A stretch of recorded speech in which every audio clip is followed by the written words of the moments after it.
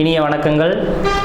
நம்ம இந்த வீடியோ மூலமாக 2025ஆம் ஆண்டிற்கான செப்டம்பர் மாத ராசி பலன்களை பார்க்க இருக்கிறோம். இந்த செப்டம்பர் மாத ராசி பலன்களை பார்ப்பதற்கு முன்பாக இந்த செப்டம்பர் மாத காலகட்டத்தில் நடக்கக்கூடிய முக்கியமான நிகழ்வுகளை தனி வீடியோ தொகுப்பில் கொடுக்கலாம் அப்படின்ற நோக்கத்தோடு இந்த வீடியோ தொகுப்பை பொது மக்களுக்காக அனைத்து ராசிக்காரர்களுக்கும் பொதுவான பலன்களாக இந்த விளக்கத்தை தனி வீடியோவாக கொடுக்கலாம் அப்படின்னு நினைக்கிறேன். இந்த செப்டம்பர் மாதம் 2025 பார்த்தோம் அப்படின்னாக்கா முக்கியமான ஒரு நிகழ்வு, கிரகணங்கள் தோஷம் ஏற்படக்கூடிய காலகட்டங்கள் இந்த மாதத்தில் உதயமாகுதுங்க. அதாவது கிரகண காலகட்டங்கள் அப்படின்னு பார்த்தீங்கன்னா செப்டம்பர் மாதம் 7ஆம் தேதி வந்து பார்த்திங்கனாக்கா சந்திர கிரகணம் நிகழ இருக்குது.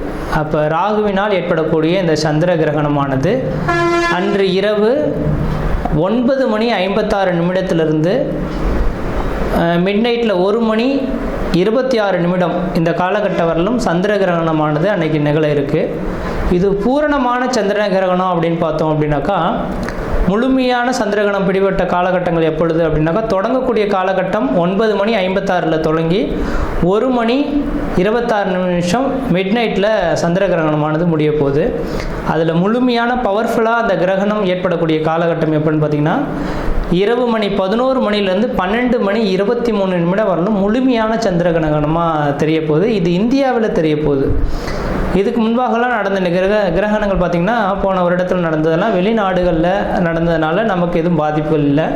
ஆனால் இந்த சந்திர கிரகணம் மட்டும் இந்த காலகட்டத்தில் இந்த மாதத்தில் மட்டும் நம்ம இந்தியாவில் தெரியக்கூடிய ஒரு கிரகணமாக இருக்க போகுது. அப்போ இந்தியாவில் நடக்கக்கூடிய இந்த கிரகணமாக இருக்கிறதுனால பொதுமக்கள்கள் கொஞ்சம் கவனமாக இருக்கக்கூடிய ஒரு காலகட்டங்கள் அப்படின்ற சொல்லலாம். எப்போல்லாம் கிரகண தோஷங்கள் ஏற்பட போகுதோ, எந்த இடத்தில் நிகழுதோ, அதாவது எந்த நாடுகளில் நிகழுதோ அந்த நாடுகளுக்கு ஒரு சில பாதிப்புகள் வரும்னு இருக்குதுங்க. அப்போ ராகு பகவான் கும்பத்தில் நின்று கும்பத்தில் இருக்கக்கூடிய ராகுவோட சந்திரன் இருந்து ராகு கிரகஸ்த சந்திர கிரகணமாக இந்த வருடம் செப்டம்பர் மாதம் 7ஆம் தேதி தொடங்க போகுது. இது பொதுமக்களுக்கு ஒரு சில பாதிப்புகளையும் கொடுக்கும், ஒரு சில நட்சத்திரங்களுக்கு யோகங்களும் கொடுக்க போகுது. அதில் முக்கியமாக பார்த்திங்கன்னா கர்ப்பிணி பெண்கள், இந்த கர்ப்பிணி பெண்கள் இந்த நேர காலகட்டத்தில் கண்டிப்பாக வீட்டை விட்டு வெளியே வராமல் இருக்கிறது நல்லாயிருக்கும். சந்திர கிரகணம் இரவு நேரத்தில் நடைபெறதுனால பெரிய லெவலில் பாதிப்புகள் இருக்காது மக்களுக்கு. ஏன்னா அந்த நேரத்தில் மக்கள் அனைவருமே வீட்டு உள்ளதாக இருக்கும். முக்கியமாக இந்த நேரத்தில் கர்ப்பிணி பெண்கள் மிக மிக மிக கவனமாக இருக்கக்கூடிய காலகட்டங்கள். இந்த கிரகண தோஷங்களில் கொஞ்சம் வெளியில் வந்து சுற்றி உலாவணும், அந்த கிரகணத்தை பார்க்கணும் அப்படின்ற மாதிரி கர்ப்பிணி பெண்கள் மட்டும் நினைக்கிறாங்க அப்படின்னாக்கா அதோட கதிர்வீச்சு அதிகமாக இருக்கிறதுனால பிறக்கக்கூடிய குழந்தைகளுக்கு ஒரு சில பாதிப்புகளை கொடுக்கலாம். அதனால் அந்த கர்ப்பிணி பெண்களுக்காகவே இந்த வீடியோ கொடுக்கணுன்ற நோக்கத்தோடு நான் இந்த வீடியோவை தொகுப்பை கொடுக்குறேன். அப்போ அந்த கர்ப்பிணி பெண்கள் தெளிவாக சொல்ல விரும்புகிறேங்க, அன்று பகல் அந்த கிரகண தோஷங்கள் ஏற்படுவதற்கு முன்பாக, அதாவது 10 மணிக்கு 9 மணி 56 நிமிடத்துக்கு தொடங்க இருக்குது, 10 மணிக்கு தொடங்குறதாவே எடுத்துங்களேன். அப்போ அதிலிருந்து 4 மணி நேர காலகட்டங்கள் முன்பாகவே உணவை எடுத்துக்கொள்கிறதா சிறப்பை தரும். அப்போ அந்த நேரத்தில் மட்டும் கொஞ்சம் முடிஞ்ச அளவுக்கு பார்த்துக்குங்க. தண்ணி வந்து அருந்தலாம், அந்த தண்ணியில் தர்பை புல் போட்டுட்டு நீங்கள் வச்சுக்கிறது நல்லாயிருக்கும். அதாவது சொல்லப்போனால் அன்று சாயந்தரம் சூரியன் அஸ்தமனம் ஆகிறதுக்கு முன்பாகவே அந்த கர்ப்பிணி பெண்கள் மற்ற எல்லாருமே உணவை வந்து அருந்திடுறது சிறப்பாக இருக்கும். அதுக்கு 6 மணிக்கு பிறகு பார்த்தீங்க அப்படின்னாக்கா உணவு சாப்பிடக்கூடாது. அப்போ சாப்பிட்டோம் அப்படின்னாக்கா செரிமான பிரச்சனைகள் ஏற்படலாம். இது சந்திரனால் ஏற்படுறதுனால உணவு சம்மந்தப்பட்ட உணவினால தான் பாதிப்புகள் அதிகமாக வரதுக்கு வாய்ப்புகள் இருக்குது. அதனால் 6 மணிக்கு பிறகு எந்த ஒரு உணவுப் பொருட்களும் நீங்கள் எடுத்துக்கொள்ளக்கூடாது. அடுத்து தண்ணீர் மட்டும் வேணால் தாகம் இருந்தால் அதை தர்பை புல்லை மட்டும் போட்டு வச்சுட்டு அந்த தண்ணியை மட்டும் பயன்படுத்திக்கலாம் அப்போது தேவை இருந்தால் மட்டும். இல்லையேல் அந்த அன்றைய நைட்டு முழுவதும் கொஞ்சம் முடிஞ்ச அளவுக்கு எல்லா உணவுப் பொருட்களையும் தவிர்த்து கொள்வது சிறப்பை தருன்ற விதிங்க. வெளியில் வந்து சுற்றி உலாவறதை கொஞ்சம் குறைச்சி கொள்வது சிறப்பை தரும். அனைத்து மக்கள்களுமே தெளிவாக சொல்ல வரேங்க. எல்லாருமே இப்போ வந்து நவீன காலங்கள் வந்துருச்சு இல்லைங்களா. இப்போ சந்திர கிரகணத்தை பார்க்கணும் அப்படின்ற நோக்கத்தோட மக்கள் பார்த்தோம் அப்படின்னாக்கா அந்த வீடியோ தொகுப்புலாம் கொடுத்துருப்பாங்க, சென்னையெல்லாம் ஏற்பாடு செய்திருப்பாங்க. பார்க்க இருப்பாங்க. அது முடிஞ்ச அளவுக்கு பார்த்தீங்க அப்படின்னாக்கா நான் குறிப்பிட்ட நட்சத்திரக்காரங்கள் மட்டும் அந்த மாதிரியான தொகுப்புகளுக்கு போகாமல் இருக்கிறது தான் விசேஷத்தை கொடுக்கும். அதாவது கும்ப வீட்டில் நடக்க இருக்குது. இந்த கும்ப வீட்டில் இருக்கக்கூடிய சதயம், பூரட்டாதி, உத்திரட்டாதி, சதயம், பூரட்டாதி, உத்திரட்டாதி இந்த 3 நட்சத்திரக்காரர்களும், புனர்பூசம், விஷாகம், மொத்தம் இந்த 5 நட்சத்திரக்காரர்களும் கம்பல்சரி வெளியில் வராமல் இருந்துக்குங்க. கர்ப்பிணி பெண்கள் எப்படி இருக்கணுமோ அதே போல் சதயம், பூரட்டாதி, உத்திரட்டாதி, புனர்பூசம், விஷாகம் இந்த 5 நட்சத்திரக்காரர்களும் கர்ப்பிணி பெண்களும் அந்த நேர காலகட்டத்தில் வெளியில் வராமல் இருக்கிறது தான் சிறப்பை தரும். அவர்களுக்கு முழுமையான அந்த ஏன்னா அதோட அவங்களோட 1-5-9 அதோட கனெக்டிவிட்டியில் தான் இந்த ராகு கிரகஸ்த சந்திர கிரகணமானது தொடங்க இருக்குது. அதனால் இந்த நபர்களுக்கு மட்டும் பாதிப்புகள் அதிகமாக இருக்கும். இவர்கள் வெளியில் வராமல் இருக்கிறது விசேஷத்தை கொடுக்கும். மற்ற நபர்கள் வெளியில் போகலாம். அதே போல் வயது மூத்தவர்கள் 60 வயதுக்கு மேற்பட்ட நபர்களும் வெளியில் வராமல் இருக்கிறது விசேஷத்தை கொடுக்குன்ற விதிங்க. இது அப்போ அந்த நேர காலகட்டத்தில் இந்த கிரக காரத்துவம் பெரிய லெவலில் பாதிப்பை தராத மாதிரி உங்களுக்கு தெரியலாம். அந்த கிரகண தோஷங்கள் ஏற்பட்டு அடுத்த 40 நாட்களுக்கு பிறகு தான் அதோட பாதிப்புகள் கொஞ்சம் அதிகரிக்கிறத பார்க்க முடியும். இப்போ உடல் ரீதியான தொந்தரவுகளை ஏற்படுத்தலாம். உணவு குழாய் சம்மந்தப்பட்ட பிரச்சனைகள் இந்த நபர்களுக்கு வரலாம். அதனால் கொஞ்சம் கவனமாக இருங்க. இந்த நட்சத்திர நான் சொன்ன இந்த 5 நட்சத்திரக்காரர்களும் மறுநாள் பார்த்தீங்க அப்படின்னாக்கா காலையில் எழுந்து பச்சை தண்ணியில் குளிச்சுட்டு விநாயகர் கோயிலுக்கு போயிட்டு அர்ச்சனை பண்ணிட்டு வர்றது விசேஷத்தை கொடுக்குங்க. ஏன்னா ராகு கேதுவின் கண்ட்ரோலை பண்ணக்கூடிய சக்தி விநாயகர் பெருமானுக்கு மட்டுமே உண்டு. அப்போ மறுநாள் செப்டம்பர் 7ஆம் தேதி நைட்டு இந்த கிரகணம் தொடங்க இருக்குது. செப்டம்பர் 8ஆம் தேதி அன்று பார்த்தீங்க அப்படின்னாக்கா விநாயகர் கோயிலுக்கு போயிட்டு குளிச்சுட்டு நல்லெண்ணெய் தீபம் போட்டு வழிபாடு செய்துட்டு வந்தீங்க. இந்த 5 நட்சத்திரக்காரர்கள் வழிபாடு செய்துட்டு வந்தால் இதனால் தோஷங்களை கண்ட்ரோல் பண்ணக்கூடிய சக்தி விநாயகருக்கு உண்டு. ஏன்னா ராகு கேதுவின் 2 கிரகத்தையுமே அடக்கக்கூடிய சக்தி இந்த விநாயகருக்கு இருக்கிறனால அவரோட சொல்லுக்கு கட்டுப்படுறதுனால இந்த 5 நட்சத்திரக்காரர்களும் வழிபாடு செய்து கொள்வது மிகப்பெரிய விசேஷத்தை கொடுக்குன்ற விதிங்க. அதே வேளையில் மற்ற ராசிக்காரர்கள் பெரிய லெவலில் பாதிப்புல எதுவும் தடாதுன்ற விதிங்க. அது இந்த கிரகணம் தொடங்கிடுச்சு அப்படின்னாவே அடுத்த அந்த இப்போ ஒவ்வொரு கிரகணமும் பார்த்தீங்கன்னாக்கா லாஸ்ட் இயர்லாம் 2-3 கிரகணங்கள் தொடங்கினது. ஆனால் இந்தியாவில் தெரியலை, அதனால் நமக்கு பாதிப்பு இல்லை. அப்போ எந்த நாடுகளில் கிரகணம் ஏற்படுதோ அந்த நாடுகள் கிரகணம் தொடங்கி அடுத்த கிரகண தோஷங்கள் உண்டாகக்கூடிய காலகட்டம் வரலும் ஒரு சில பாதிப்புகளை கொடுக்கும். அப்போ ராகுவினால் இந்த நேரத்தில் தொடங்கிறதுனால கடல் சீற்றங்கள், ஏன்னா சந்திரனோட அமைப்பில் இருக்கனால நீர் சம்பந்தப்பட்ட விஷயங்கள், கடல் சீற்றங்கள் ஏற்படலாம். அதாவது கடல் அலைகள், பூகம்பங்கள் ஏற்படக்கூடிய விஷயங்கள். அதே போல் பார்த்திங்கனாக்கா அந்த நெருப்பினால் பாதிப்பு, விமான விபத்துக்கள், இது மாதிரியான ஒரு சில பாதிப்புகள் ஏற்படுத்துறதுக்கான வாய்ப்புகள் உண்டு. மக்கள் அதுக்கு பின்னர் பார்த்தீங்க அப்படின்னாக்கா முக்கியமாக அடுத்ததாக மழை காலங்களும் தொடங்க இருக்குது இல்லைங்களா. அப்போ மழை காலங்களில் பார்த்திங்கனாக்கா நவீனமான ஒரு நோய் உருவாகிறதுக்கான வாய்ப்புகள் உண்டு.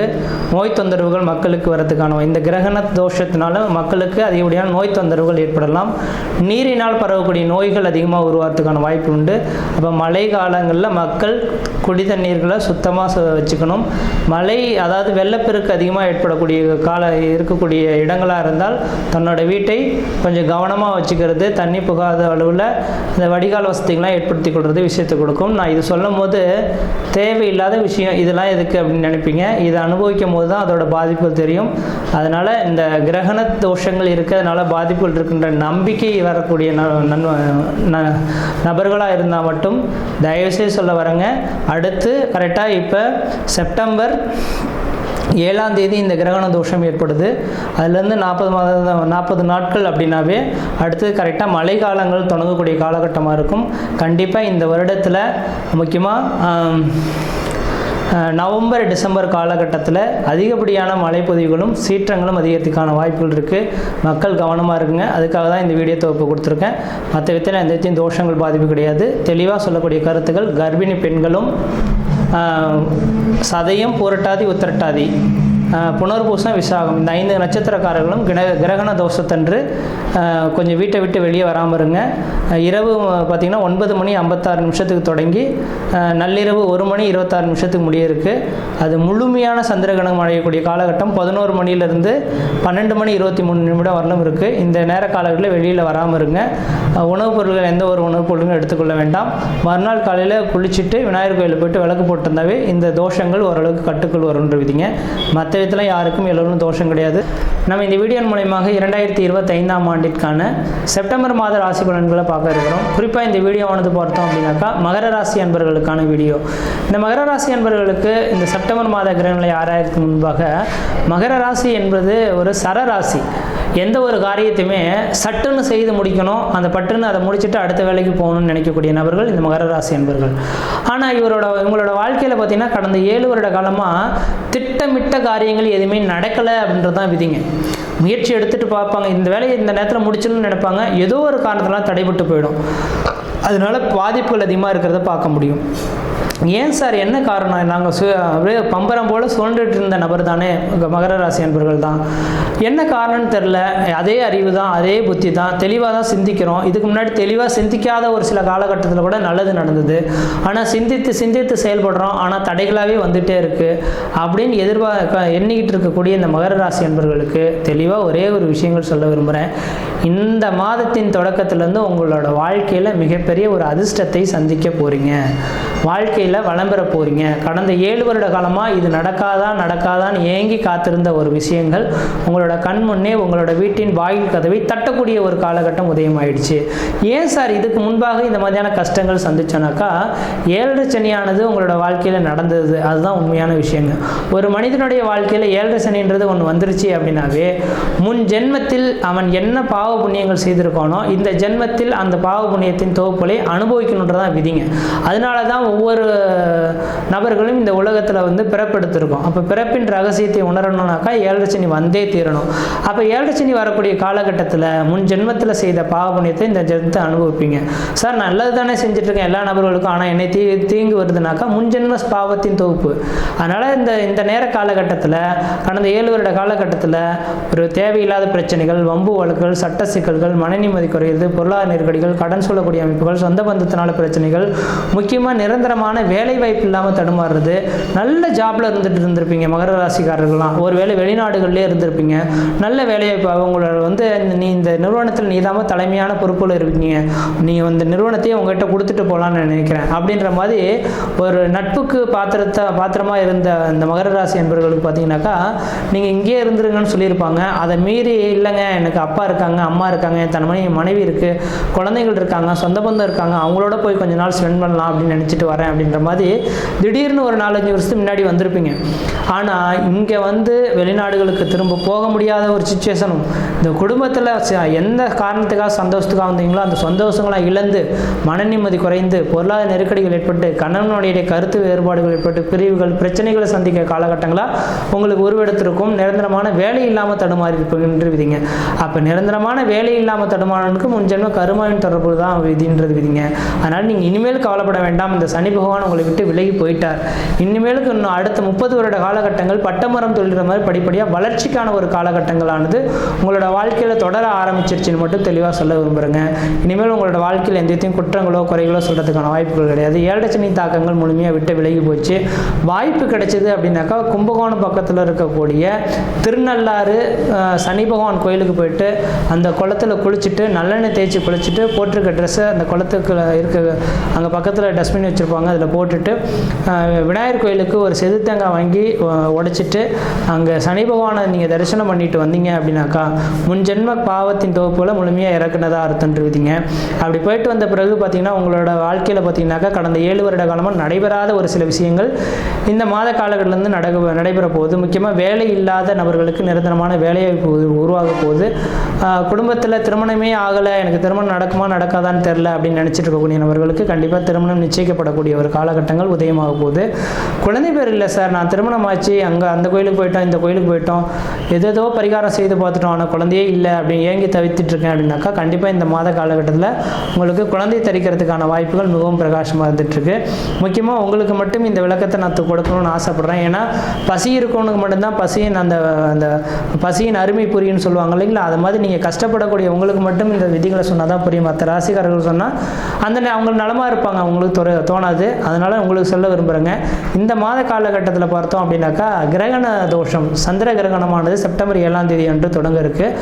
அப்போ நீங்கள் வெகு நாட்கள் ரொம்ப ஏக்கத்தோடு நின்றீங்க, இது கிடைக்காதா அது கிடைக்காதா, இது கிடைச்சிட்டா என்னோடய வாழ்க்கையில் ஒரு உச்சத்தை தொற்றுவேனே, ஒரு வேலை கிடைச்சிட்டா போதும், திருமணம் ஆகிட்டா போதும், குழந்தை பேர் பெற்றெடுத்தா போதும், அல்லது கடனை அடைச்சிட்டா போதும் அப்படின்ற ஒரு ஏக்கத்தில் இருப்பீங்க இல்லைங்களா, ஒரு வீடு கட்டினா போதும் அப்படின்ற ஒரு ஏக்கத்தில் இருந்தீங்கன்னாக்கா இந்த மாதத்தில் நடக்கக்கூடிய சந்திர கிரகணத்தன்று உங்களோட வீட்டிலேயே அமைதியாக உட்காந்து ஏதாவது உங்களுக்கு பிடித்த கிரகம், அது விநாயகர் பெருமான் இருந்தால் விநாயகருக்கான காயத்ரி மந்திரம், அம்மன் பிடித்திருந்தால் அம்மனுக்கான காயத்ரி மந்திரத்தை வந்து அந்த 3 மணி நேரம், அதாவது 9 மணி 7ஆம் தேதி அன்று நைட்டு 9 மணி 56 நிமிஷத்துக்கு தொடங்கி இரவு நள்ளிரவு 1 மணி 26 நிமிடம் வரணும் தொடங்க இருக்கிறதுனால அந்த காலகட்டத்தில் அந்த கிரகத்தின் மந்திரங்களை உச்சாரணம் செய்துட்டு உங்களுக்கு என்ன தேவையோ அது ஒரே காரியத்தை ஒரே எண்ணத்தோடு நீங்கள் இந்த காரியம் எனக்கு நடக்கணும் அப்படின்ற மாதிரி வேண்டுதல் எடுத்துட்டா அந்த கிரகணம் ஏற்பட்டு 40 நாட்களுக்குள்ளார அந்த காரியம் வெற்றி பெறுன்றுவிதிங்க. வாய்ப்பு இருந்தால் இதை பயன்படுத்தி பாருங்கள், உங்களுக்கு வாழ்க்கையில் வளம் பெறத்துக்கான ஒரு காலகட்டமாக உருவாகுதுன்றீங்க.